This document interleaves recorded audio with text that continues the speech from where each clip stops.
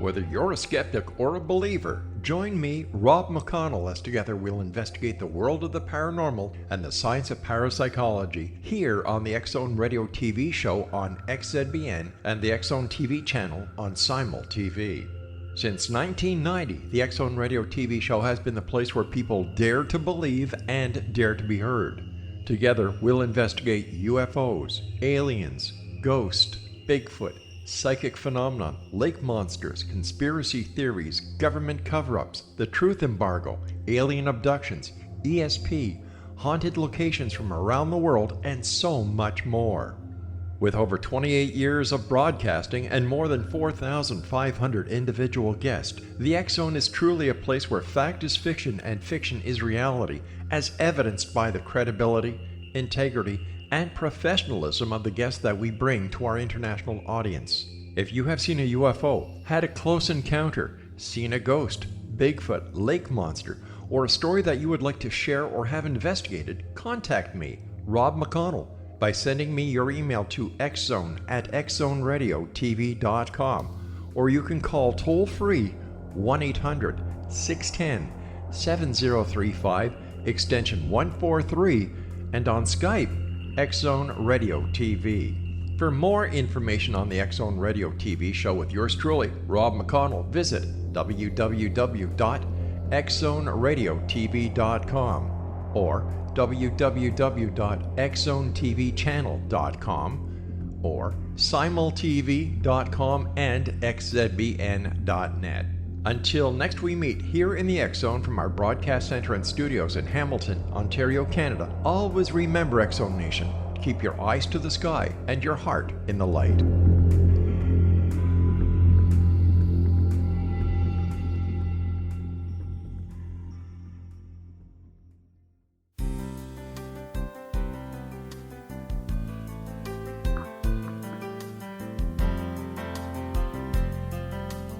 Welcome to Mission Evolution Radio Show with Gwilda Wiyaka, bringing together today's leading experts to uncover ever-deepening spiritual truths and the latest scientific developments in support of the evolution of humankind. For more information on Mission Evolution Radio with Gwilda Wiyaka, visit www.missionevolution.org. And now, here's the host of Mission Evolution, Miss Gwilda Wiyaka.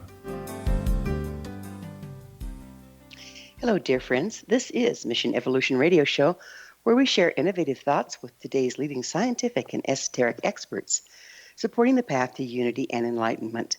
I'm Gwilda Wiyaka. This hour we'll be exploring genetic engineering, evolution, or deterioration. There's much hype, hysteria, and debate regarding GMOs, or genetically modified organisms.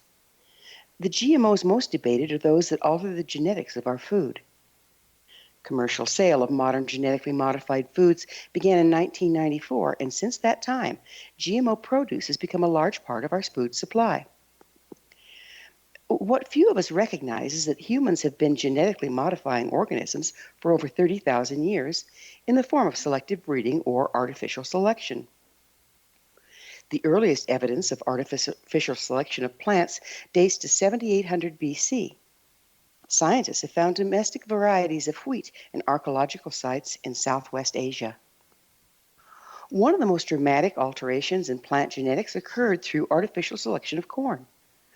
Corn, or maize, began as a wild grass that had tiny ears with very few kernels. Over hundreds of years, it was selectively bred to have bigger ears with more kernels, resulting in the corn we have today. Well, until modern GMO procedures altered it further. There's no doubt we have more people on the planet than what we can feed. GMO food is supposed to provide a much greater yield than conventional plants, but at what cost? Have we pushed nature too far? What are the ramifications of our meddling? With us this hour to debate the value and disadvantages of genetically modified food is Jeffrey Smith. Jeffrey is the author of Seeds of Deception, the world's bestseller on GMOs, and Genetic Roulette, the documented health risks of genetically engineered foods. He's the leading consumer advocate promoting healthier, non-GMO choices. Jeffrey is the founding executive director of the Institute for Responsible Technology, IRT, and was named the 2017 Person of the Year by Masters of Health magazine. Mr. Smith also has two documentary films, award-winning Genetic Roulette and The Gamble of Our Lives, and his latest, with Amy Hart, Secret Ingredients. His website, responsibletechnology.org. Jeffrey, thanks for joining us on Mission Evolution. Thank you for having me. So, what's your educational background? Well, my education, I have a master's in business, but my education on GMOs is over the last 23 years, traveling in 45 countries and interviewing dozens of scientists and doctors about the dangers of GMOs and working with them to compile those dangers and translate the science into English. So I've been a specialist. I have a lot of information on GMOs and the associated chemicals like Roundup, which is sprayed on most GMOs, and have been reading information about it every day for 23 years. What first sparked your interest in GMOs? Well, I went to a lecture in 1996 by a genetic engineer who blew the whistle on the technology. It was about to be planted throughout the Midwest, genetically modified soy and corn, primarily from Monsanto. And the genetic engineer was explaining that the technology was not ready for prime time, was not ready to be used in our food supply because the single most common result of genetic engineering was surprise side effects. Moreover, when you release a GMO in the environment, it crossbreeds and becomes a permanent feature of the gene pool, irreversible with today's technology. And so there were companies like Monsanto willing to gamble with not only our food but also with our environment for all future generations with a technology designed for them to sell their Roundup herbicide, because the Roundup patent, or glyphosate, which is the chief poison in Roundup, was going off patent in 2000, and they wanted to maintain their dominance of selling this popular weed killer. And so they developed Roundup-ready seeds engineered to be sprayed with Roundup so that when farmers purchased the seeds, they signed a contract that they would only buy Monsanto's version of the glyphosate-based herbicides. So in order to sell more of the toxic pesticide, Monsanto risked our food and our environment, and that risk has gotten worse. So we now have a lot of evidence that the concerns by that scientist expressed in the 90s have come to pass. So what's the difference between the GMOs from selective breeding or artificial selection and the ones we're discussing here? Well, those of us involved with educating the public about the dangers of genetic engineering don't really consider traditional breeding on the same level at all. In fact, it was the biotech industry that tried to confuse the issue by calling it the same term. Of course, there's been manipulation of GMO, of genes, through selective breeding, but it wasn't involving laboratory techniques. For example, when you wanted to turn a corn plant into a pesticide, you would take a gene from soil bacteria called Bacillus thuringiensis, BT for short, and make millions of copies of the gene, put it into a gene gun, shoot that gene into a plate of millions of corn cells, clone those cells into plants so that every cell of the plant has a little gene-sized spray bottle which kills insects by poking holes in their guts.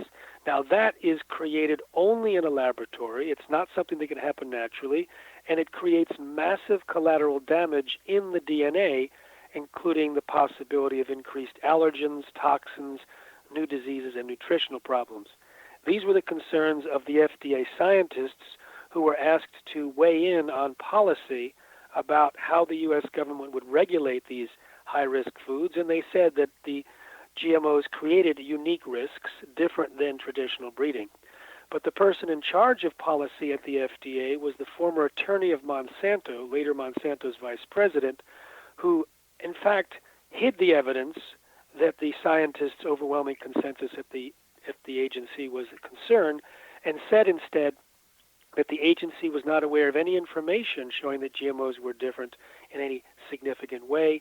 Therefore, not a single safety study was required by the FDA, and companies like Monsanto could put their unlabeled GMOs on the market without even telling the FDA. And unfortunately, that hands-off policy exists till today, and we now know that in every turn, the scientists and the science was in fact ignored or covered up, and that more information came out in the recent Monsanto trials where they had collusion with the EPA as well. So if the genetically modified corn pokes holes in the gut of insects, what does it do to our stomachs? Well, the biotech industry claimed that it had no impact on mammals because the Bt toxin was only supposed to work in the alkaline gut of insects. In order to come to that conclusion, the industry and the governments allowing it to go on the market had to ignore peer-reviewed studies which showed that it in fact caused damage to the intestines of mice and also caused local and systemic allergic or immune system reactions as well, and that farm workers reacted to the Bt toxin when it was sprayed in its normal form as the bacterium.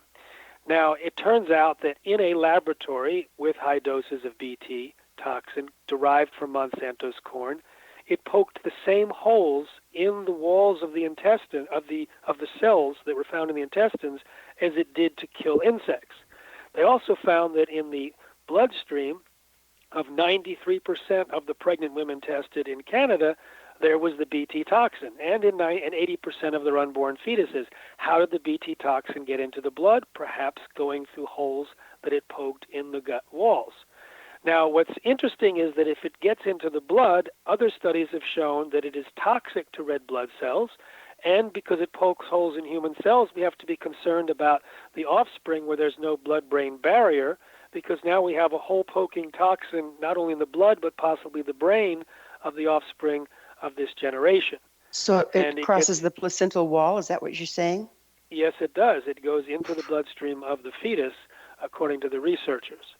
And so that's just one of the problems of genetic engineering, was the specific insecticide that's created in corn, and studies on mice show that it can increase allergic or sensitive reactions not only to Bt toxin, but also to other formerly harmless foods or compounds. So it might sensitize us and give us more allergic reactions, in addition to possibly creating leaky gut, which is linked to many different diseases, including cancer, heart disease, Alzheimer's, Parkinson's, autism, inflammation in general, and autoimmune disease.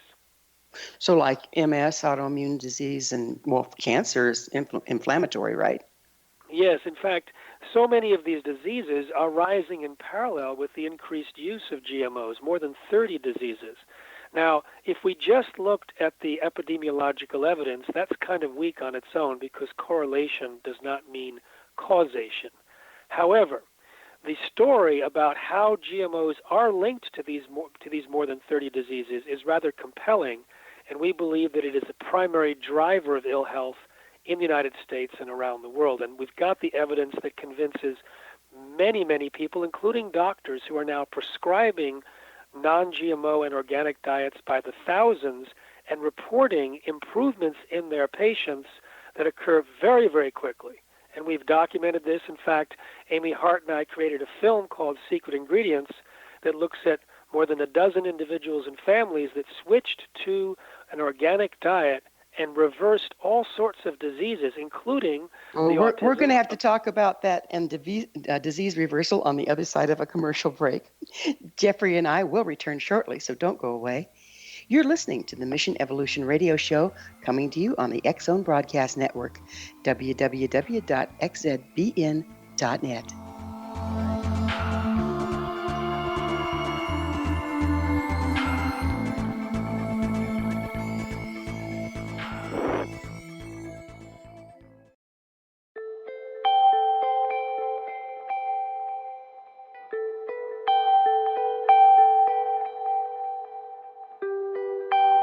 It's hard to listen to the news without realizing we're living in volatile, unprecedented times. Yet never has there been such an opportunity to transform the human condition. As old structures fail, where can we find the guidance to co-create a better way? Find Your Path Home is an ever-evolving, leading-edge information, education, and healing resource center designed to support and guide you on your path to unity and enlightenment. Based on sound principles employed by shaman worldwide, we provide techniques that can support you through the current transitions, offering online shamanic classes, international long-distance shamanic healing sessions, complimentary Mission Evolution radio episodes and Stairway to Heaven TV vignettes, seminars, retreats, and much more. All of this can be found on findyourpathhome.com. So I was watching the X Zone TV channel last night when I was abducted by aliens, and they kept repeating to me over and over again, simultv.com, simultv.com. What's simultv.com? That's what I asked them. They had it written on the side of their UFO. How do you spell that? UFO. No, I mean simultv.com. simultv.com. simultv.com. Right. simultv.com. Interesting that you were abducted by aliens in a simultv.com UFO last night. Oh, yeah? Yeah. Now that you mention it, I remember now last night I was awakened from a deep sleep. My great-grandmother was standing there. She said she'd come from the hereafter to tell me about simultv.com. She even spelled it out for me. simultv.com, sonny boy. simultv.com. simultv.com, sonny boy. Wow. Yeah. Guys, you'll never guess what my psychic guru just told me. simultv.com. Exactly. Are you guys psychic too? Of course. We all know about simultv.com. simultv.com.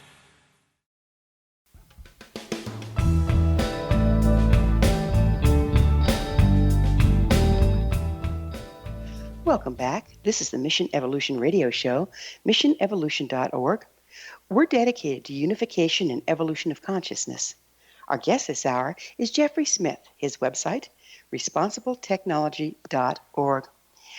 Jeffrey, we were talking about how going to organic, and you've done a film that shows that it has great results of turning around a lot of these diseases that we're seeing coming on in droves. But what's the difference between organic and non-GMO? Are they one and the same, or are all organic foods not necessarily non-GMO? Excellent question. So genetic engineering is one of the technologies that's not allowed to be used in organic. Organic, it doesn't just stop there. It doesn't allow radiation. It doesn't allow the use of sewage sludge. It doesn't allow toxic synthetic pesticides like Roundup. So if you're trying to simply avoid GMOs, you can do either organic or non-GMO.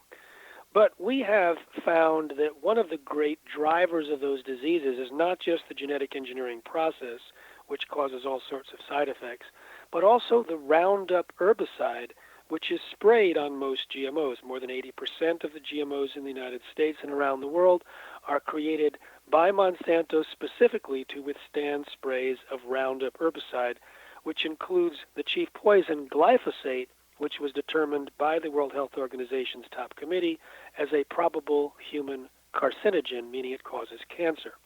And so if you want to avoid the Roundup as well, unfortunately Roundup is not just sprayed on GMOs, it's sprayed to dry down grains and beans just before harvest. It essentially kills the plants but makes it easier to harvest and forces maturation of the grain and kills the weeds at the same time. So it's actually in higher levels in things like oats and navy beans and hummus and wheat because it's sprayed 3 to 5 days before they collect it for food. And so we used to say, eat non-GMO, and if you can, get organic because then you get all the other benefits of organic. Now realizing that Roundup is sprayed throughout the food supply and is so dangerous, we say it's important to eat organic, and only if you can't, then at least get non-GMO. Well, I understand that Roundup gets into the water supply, and even people that are trying to grow organic, it's inundating them. I know we have some organic wines. I can't remember how many wines tested in the United States. Even the organic ones came up with Roundup in them. So it's like sneaking in, isn't it? Absolutely. In fact, we have a 90-day lifestyle upgrade program at secretingredientsmovie.com for people that want to change their diet, and I interviewed some winemakers who tested many, many different organic wines and found that they contained just trace amounts, or even small amounts of glyphosate, but they found the one vineyard that they tested that had 0 detectable levels, and that's what they chose to represent. And it's in the rain itself. And so there's a problem because those that are trying to grow pure, healthy products end up getting it not only in the water supply, but in the rain and in the air. It was found in 75% of the rain and air samples in Mississippi and 60 to 100% by the U.S. Geological Survey in other places around the Midwest. Well, what about the cross-pollination of the GMO plants themselves? That is a terrible problem. And in fact, Gwilda, that is one of the worst problems. I focus a lot on the health dangers. I studied it. My books are largely about it, and it's been helping to drive people away from GMOs because it has such a significant impact. In fact, now we see even fourth generation exposure to Roundup can be worse than first generation on a recent study. But what you just described is even worse, and that is that once you release the GMOs into the environment, you're creating an irreversible, self-propagating pollution of the gene pool. Now, if you know that anything about Monsanto's history, you realize that it's been trying to literally genetically engineer 100% of all commercial seeds in the world for decades. In fact, that was what their consultant admitted in a 1999 conference in San Francisco. However, the goal to genetically engineer 100% of the commercial seeds has now expanded to almost anything with DNA, because gene editing, which is a new and dangerous form of genetic engineering because of all the side effects, it's so cheap it's basically the cost of going out to dinner for many of these labs. And it turns out that they want to genetically engineer as many things with DNA as possible, commercialize it, and take the benefits while they still have the patents. And so it's like a gold rush into the gene pool, like a gene rush. And we're looking at the possibility of a replacement of nature that's irreversible in this generation. And so we have some very important decisions to be made. But the decisions now are kind of non-centralized. They're being made by academic labs and companies, etc., individually trying to get this particular bacteria or algae or animal or tree or flower genetically engineered and introduced for commercial purposes. And yet when you look at it as a whole, we end up with the advent of not passing on to future generations the products of the billions of years of evolution, but passing on a genetically engineered nature designed for greater profit and control. So we're in a very serious situation. If we look at epigenetics, aren't we also running the risk of altering our personal genes? Oh, absolutely. In fact, there's many ways we can alter our personal genes. We know that when you feed genetically engineered crops to rats, for example, it changes the gene expression. There could be hundreds of genes changed, and they're not changing in a good way. When Michael Skinner, Dr. Michael Skinner and his team injected Roundup into pregnant rats, the rats themselves were okay, the offspring was okay, but the grandkids were not, and the great-grandkids suffered worse. 90% of them had serious diseases, birth defects, deaths during births. They had prostate problems and kidney problems, and they were obese, etc. So we're setting up the possibility that our grandkids and our great-grandkids may be worse off due to our exposure to GMOs and the associated toxins like Roundup. In addition, there's a technology called RNA interference, where they use something called double-stranded RNA, which can silence genes. And the genetically engineered potato and apple that are on the market are engineered with double-stranded RNA to silence the gene that causes the browning of the apple and the potato. Now, I interviewed a former USDA scientist who was essentially pushed out of the USDA after he published an article saying that we have no technology to assess the risks of this because it is theoretically possible that any organism, including humans, that eat the apple or eat something that has this double-stranded RNA, that we, in fact, could reprogram our DNA expression. And this is very serious because no one is looking at the safety of the apple and potato, and they've just increased the risk because Monsanto got approved a RNAi spray. So they want to spray RNA into the field so that the genetic engineering occurs in the field, where the RNA goes into the leaves and reprograms gene expression and ends up perhaps killing insects, etc. And if it gets on our bodies or if it becomes consumed by us, there's nothing stopping at this point that RNAi, or that double-stranded RNA, from reprogramming our gene expression. And there's some very, very expert scientists who've come forth raising the red flag of concern, including scientists at the EPA and USDA and independent scientists around the world. But that hasn't stopped the United States government from approving these sprays and these crops. And the spray, if it gets on human skin, it absorbs right into your system, right? Absolutely. In fact, it was discovered during the trial recently when documents were made public that Monsanto, as they typically do, tried to rig their research and hide the fact that Roundup gets absorbed, for example, through the skin. When you do skin absorption tests, you use cadaver skin, dead bodies, and it was getting in at 10%, which is 3.3 times higher than the allowable level by the EPA and would have stopped the commercialization of Roundup. So what did they do? They cut away some skin from a cadaver, they put it in an oven and baked it for a while, then they froze it, made it like leather, and then all of a sudden it wasn't absorbing. So under those completely rigged conditions, they applied their Roundup to leather-like human skin that had been doctored and only reported the results there and never reported the 10% absorption rate under normal conditions. Boy, there's something gruesome about that. Absolutely horrible. In fact, they applied Roundup to the skin of, I don't know if it was mice or rats, and 40% of them got tumors compared to zero in the controls. And so, yeah, when you put stuff on the skin that's dangerous like that, it's very serious. So they spray Roundup on grass to keep grass pretty in municipal cities and this and that. You walk across it, then you walk into your house. Your baby crawls across the floor. Does it absorb through their little hands? Absolutely. In fact, your dog will be walking along it. You pet your dog. And it's also in the pet food. We think that the dog increase in cancer, so that now every 1 out of 1.6 dogs are getting cancer, they have 40 times the amount of glyphosate in their urine compared to human urine, and we think that's the big driver of why the cancer rate went up dramatically in the last 15 years for dogs and for cats. And we think it's both the pet food exposure, and we have a website, petsandgmos.com, where people can see the kind of glyphosate levels in the pet foods to see what they want to avoid. And we also think that it's walking along the parks and golf courses where glyphosate-based herbicides like Roundup have been used. And we end up having Roundup in our bodies, and we have high levels in our urine. In fact, we know that the people that have higher levels of glyphosate in the urine are sicker. We're going to have to pick up on the urine levels of glyphosate on the other side of a short pause. Jeffrey and I will return to our discussion on the other side of this break, so you stay right there.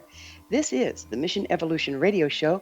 We're coming to you on the X-Zone Broadcast Network, www.xzbn.net.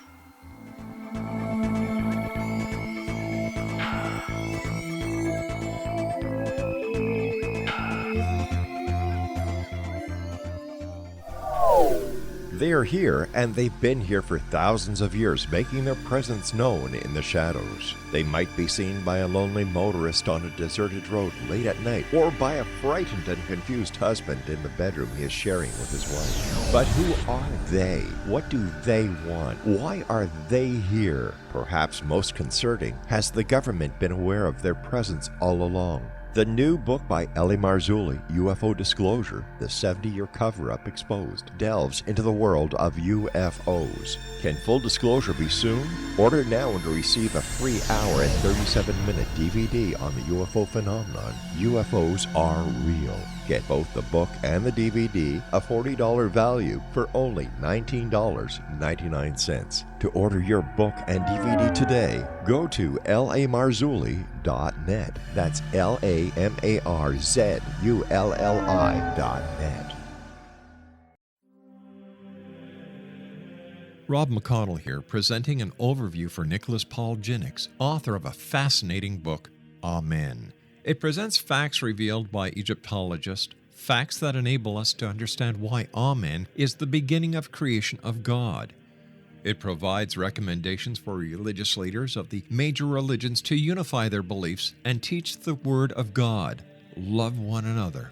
Amen informs people how mankind conceived God. It was the Egyptians that developed the concepts of a soul, a hereafter, and Son of God. And finally, after the worship of many gods, they conceived the belief in one universal God, the maker of all there is.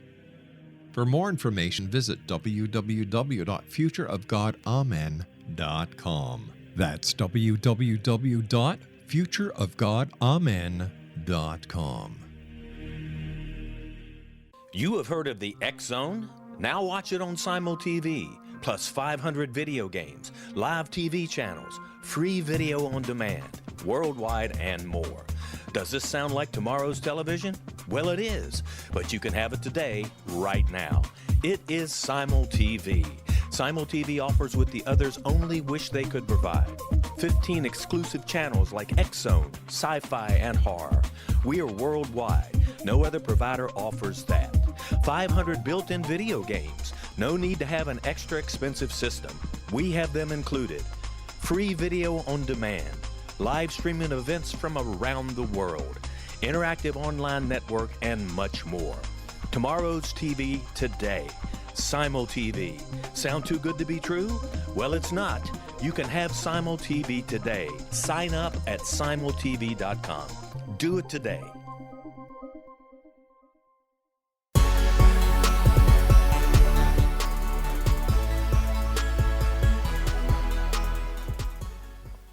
Welcome back. This is the Mission Evolution Radio Show, missionevolution.org, bringing leading edge information supporting the path to enlightenment.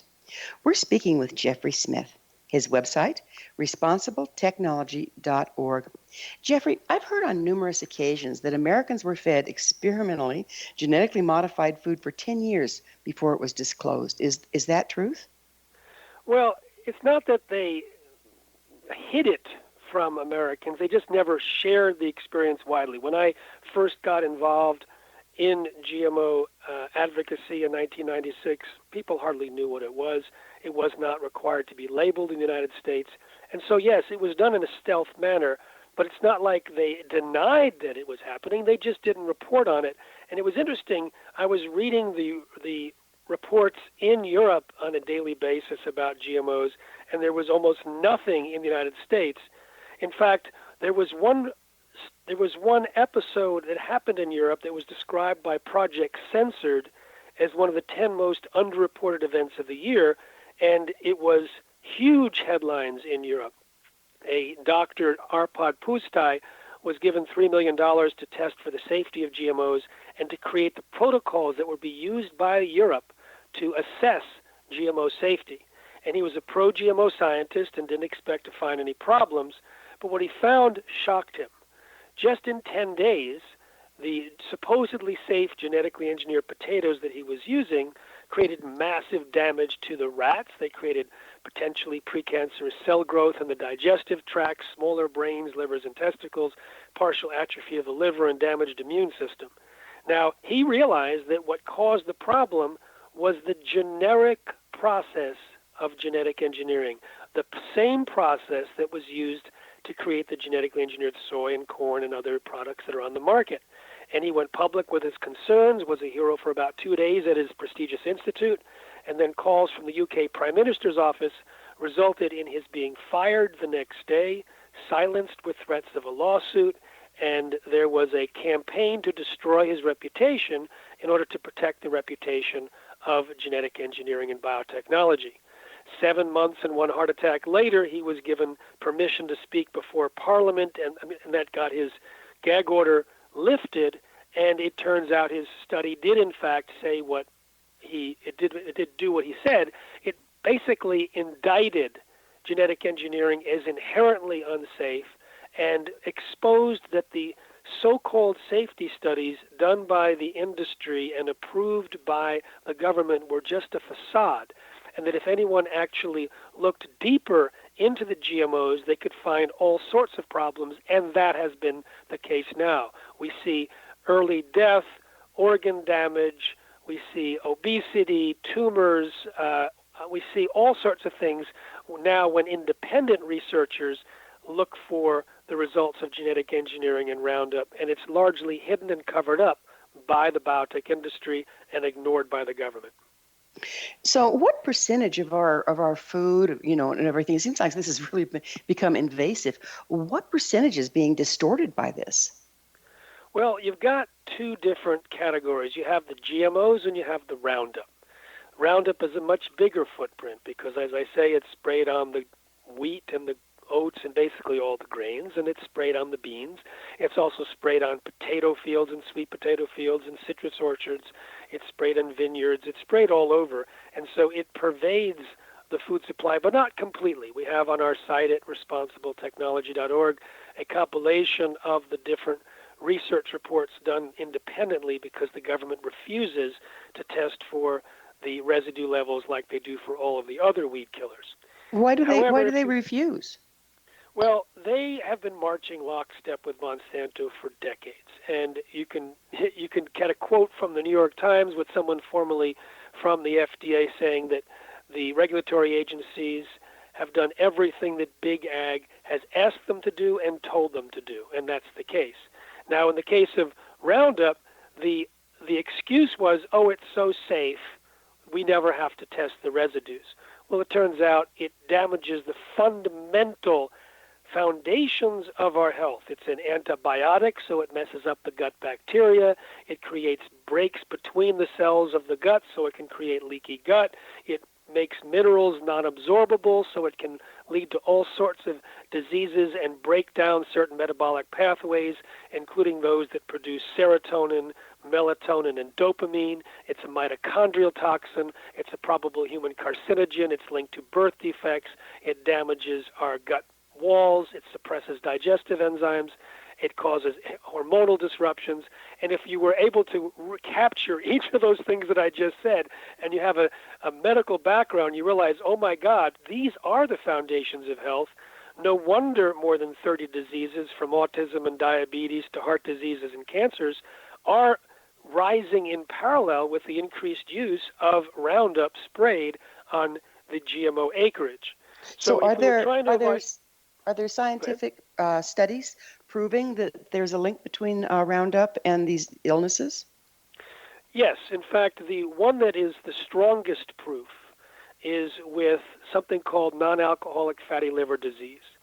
They fed Roundup in the drinking water of rats at tiny levels. In fact, the EPA allows, on a per body weight per day consumption basis, allows humans to drink 437,500 times the amount of glyphosate in the water that the rats were drinking on a daily basis per body weight. And the rats developed non-alcoholic fatty liver disease as a direct result. Now, it turns out that 30 to 40% of Americans have non-alcoholic fatty liver disease, and there's a more dangerous version of it. It's pronounced NASH, N-A-S-H, and it turns out that the people who have the higher levels of glyphosate in their urine, who have the non-alcoholic fatty liver disease, have the more severe version, which is closer to cirrhosis, it's closer to the cancer, it's closer to the really serious impacts of the liver that this disease can lead to. Now, we've also seen a number of other studies that show links to cancer. For example, the International Agency for Research on Cancer concluded that glyphosate does cause cancer in animals, but there wasn't enough studies on humans to say it definitely causes cancer, so they said it probably causes cancer in humans, it definitely causes cancer in animals. And you can break down and see similar evidence to birth defects, etc. But when you take it all together, what I've found is some of the best evidence comes not from the scientists, but from the doctors.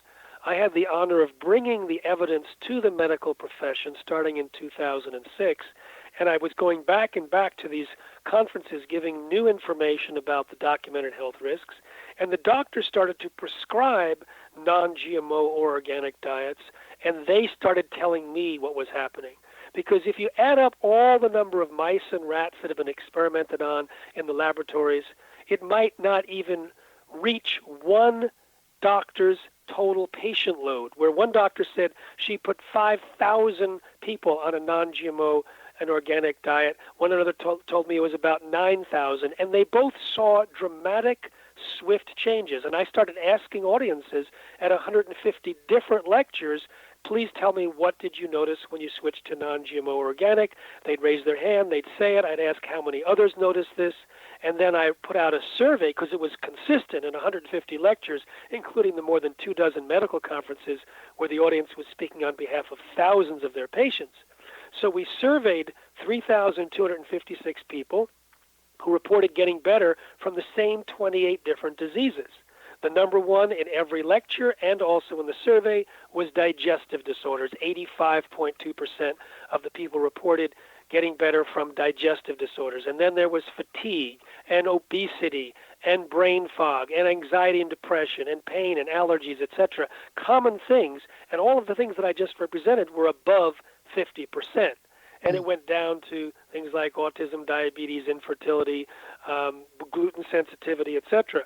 And in each one of these, we can actually show that the modes of action of GMOs or Bt toxin or Roundup could plausibly create or promote those same diseases. In fact, I've put doctors through exercises, scientists through exercises, saying, okay, I'm going to read you the list of diseases that we think are associated.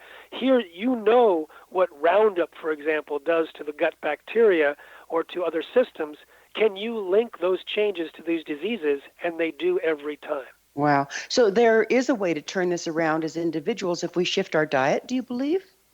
Not only that, but we have evidence. In fact, of all of the work that I've done in 23 years, the single most compelling piece of evidence, the one that changes people's diets on the spot, is the movie Secret Ingredients that I did with Amy Hart.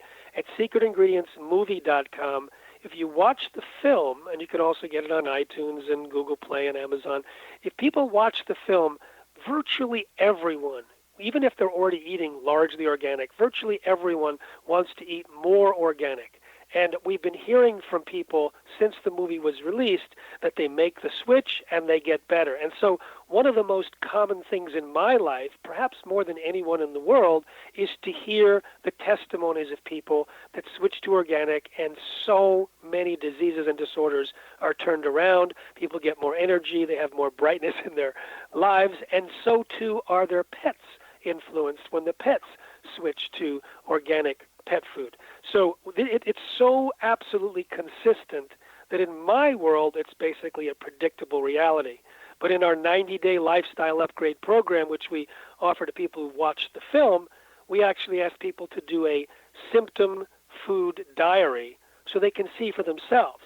But some of the doctors that I spoke to say actually the changes can happen within 2 or 3 days.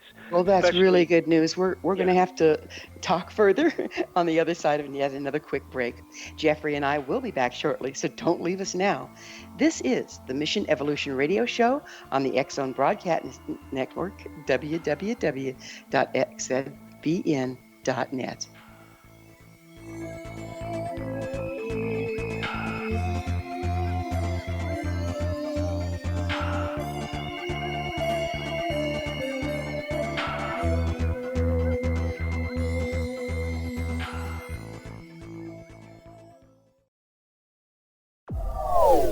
They are here, and they've been here for thousands of years, making their presence known in the shadows. They might be seen by a lonely motorist on a deserted road late at night, or by a frightened and confused husband in the bedroom he is sharing with his wife. But who are they? What do they want? Why are they here? Perhaps most concerning, has the government been aware of their presence all along? The new book by Ellie Marzulli, UFO Disclosure, the 70-year cover-up exposed, delves into the world of UFOs. Can full disclosure be soon? Order now and receive a free hour and 37-minute DVD on the UFO phenomenon. UFOs are real. Get both the book and the DVD, a $40 value, for only $19.99. To order your book and DVD today, go to lamarzulli.net. That's LAMARZULLI.net.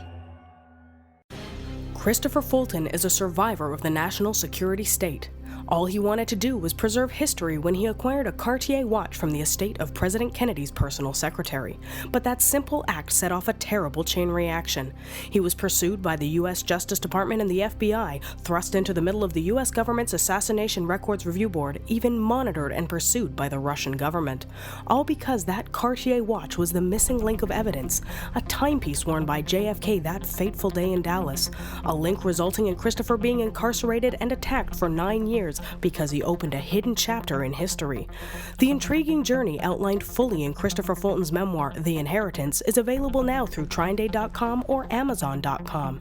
The Inheritance, Poisoned Fruit of JFK's Assassination by Christopher and Michelle Fulton is a must-read, an incredible tale of how easily our own government can overrule justice. The Inheritance, Poisoned Fruit of JFK's Assassination. The views, opinions, and conclusions expressed in the following program are those of the host, guests, and/or callers, and not those of Relmar McConnell Media Company, our corporate divisions or entities, the X-Zone Broadcast Network, Simul Radio, Simul TV, our staff, management, advertisers, broadcast affiliates, and affiliated broadcast networks.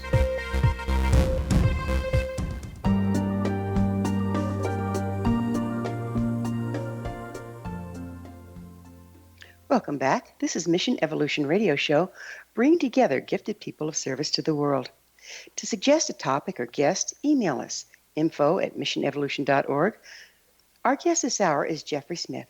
His website, responsibletechnology.org. Jeffrey, we've all heard the old adage, follow the money. How do we know that pushing genetically engineered ingredients out of the market in favor of organic ones is not just another marketing ploy? Well, actually, I've never been asked that question. To me, it's a ploy to actually save our health and our environment. In fact, what we did we've been focusing on at the Institute for Responsible Technology, our nonprofit, is to equip people with the information about the health dangers so that they would avoid eating the GMOs. And that created a market pressure, as you described, so that the companies would actually substitute non-GMO ingredients because they were losing market share and sales. And that's how, in fact, we have the ability, the leverage to make a change when the government is, in fact, in favor of GMOs, and we can see that there's been some collusion both at the EPA and the FDA level. That's how GMOs... Go ahead. With the large number of the Earth's population facing poverty and starvation, how can we expect them to afford organic? Well, first of all, let's dispel one myth about GMOs as being needed to feed the world. The United Nations and World Bank commissioned the biggest study of how to feed the world, the IAASTD report, ISTAD report. And more than 400 scientists concluded that in order to feed the world, GMOs have nothing to offer. They don't actually increase average yield. This has been demonstrated both by independent scientists and investigations conducted by the New York Times and elsewhere.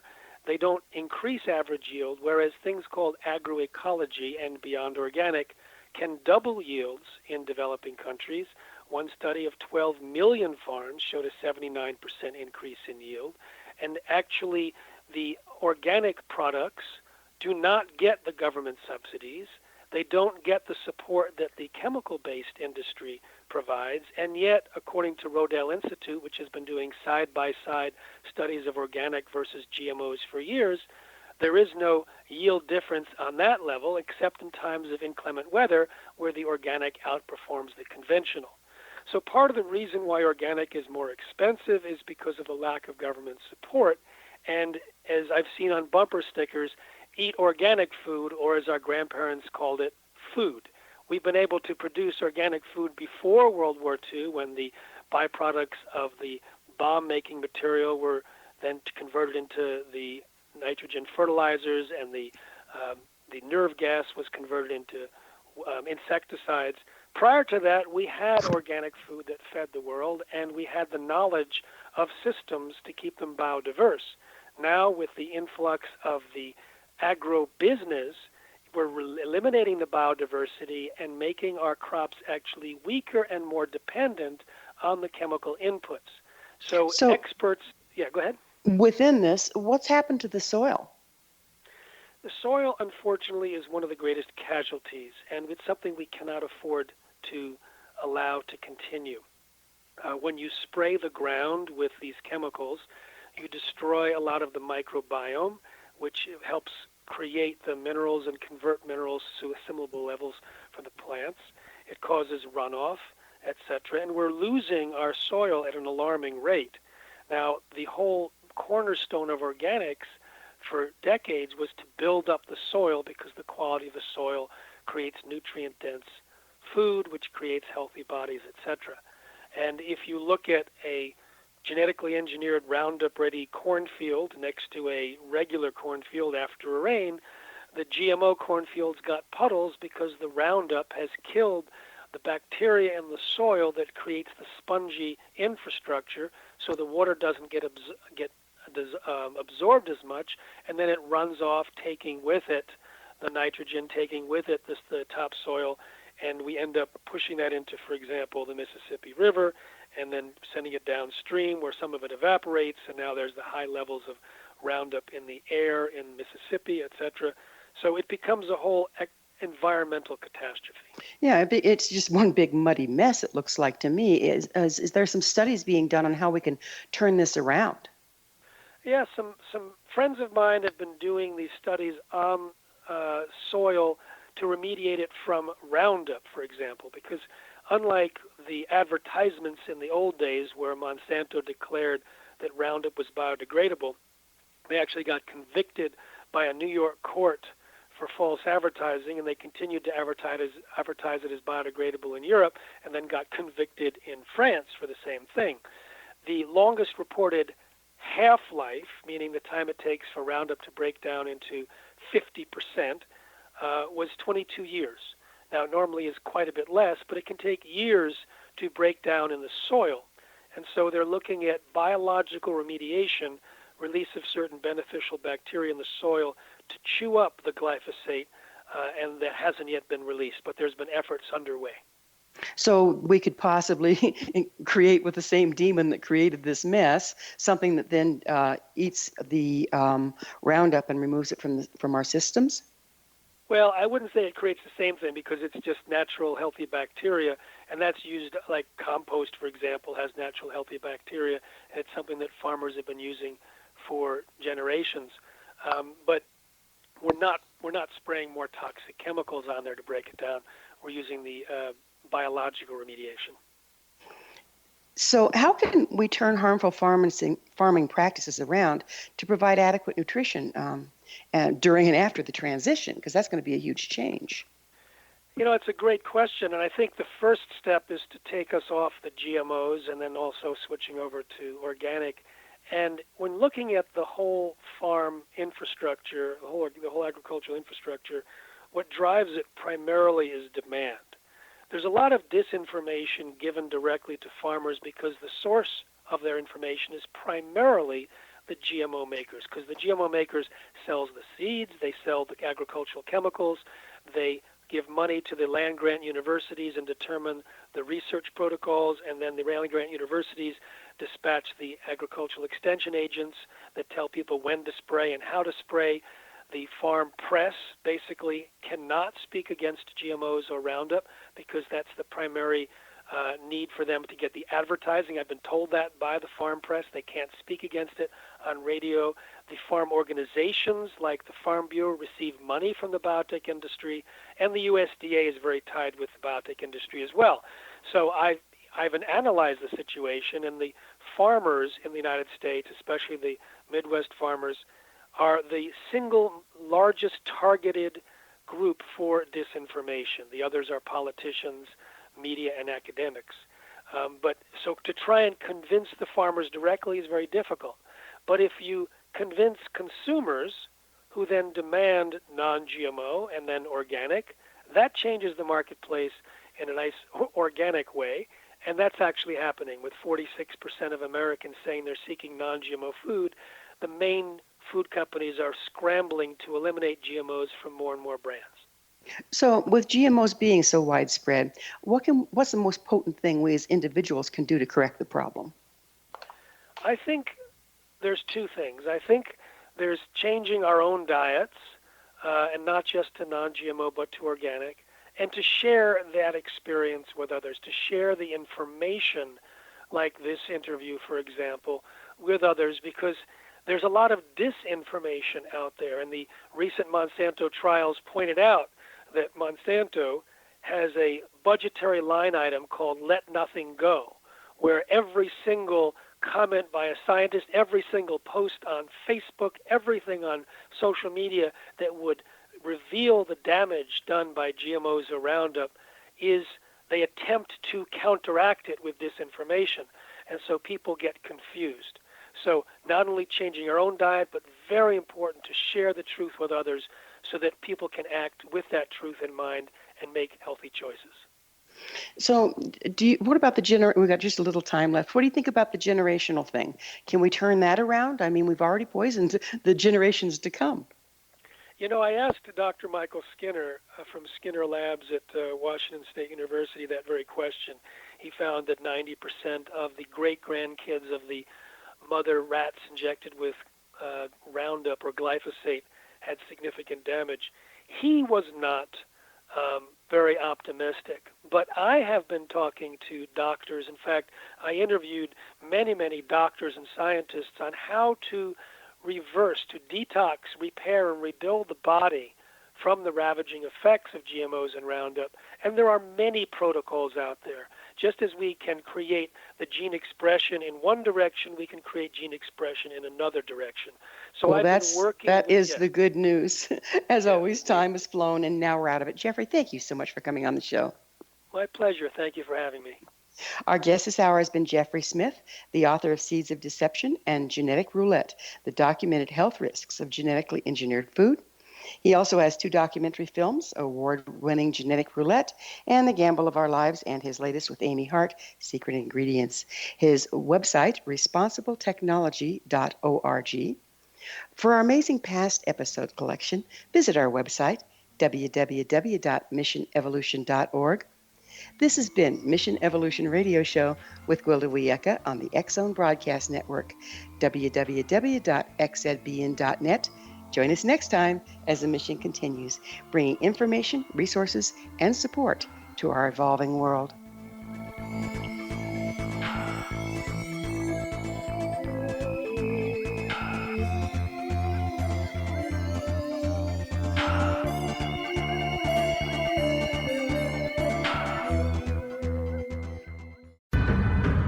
If you are looking for a safe, zero-calorie natural option to the harmful artificial sweeteners on the market today, Just Like Sugar is what you're looking for. Just Like Sugar is a wonderful natural alternative for those health-conscious people who choose a calorie-restricted diet with a great, pure, sweet flavor that tastes just like sugar. Just Like Sugar is a great natural option for people suffering from diabetes and may be useful in restricted diet programs where standard sugars are not allowed and does not cause a laxative effect of some other sweeteners. Just Like Sugar comprises a perfect blend of chicory root fiber, natural calcium, natural vitamin C, and Just Like Sugar's sweetness comes from the natural flavors from the peel of the orange. Just Like Sugar is a natural alternative to harmful artificial sweeteners and will change the way that you believe all natural sweetener products taste. Just Like Sugar is available at your local Whole Foods markets, Wild Oats markets, Henry's, Sun Harvest, and many other fine natural food stores in the U.S., Canada, and worldwide. They are here, and they've been here for thousands of years, making their presence known in the shadows. They might be seen by a lonely motorist on a deserted road late at night, or by a frightened and confused husband in the bedroom he is sharing with his wife. But who are they? What do they want? Why are they here? Perhaps most concerning, has the government been aware of their presence all along? The new book by Ellie Marzulli, UFO Disclosure, the 70-year cover-up exposed, delves into the world of UFOs. Can full disclosure be soon? Order now to receive a free hour and 37-minute DVD on the UFO phenomenon. UFOs are real. Get both the book and the DVD, a $40 value, for only $19.99. To order your book and DVD today, go to lamarzulli.net. That's LAMARZULLI.net. You have heard of the X-Zone? Now watch it on Simul TV, plus 500 video games, live TV channels, free video on demand, worldwide, and more. Does this sound like tomorrow's television? Well, it is, but you can have it today, right now. It is Simul TV. Simul TV offers what the others only wish they could provide. 15 exclusive channels like X-Zone, Sci-Fi, and Horror. We are worldwide. No other provider offers that. 500 built-in video games. No need to have an extra expensive system. We have them included. Free video on demand. Live streaming events from around the world. Interactive online network, and much more. Tomorrow's TV today. Simul TV. Sound too good to be true? Well, it's not. You can have Simul TV today. Sign up at simultv.com. Do it today.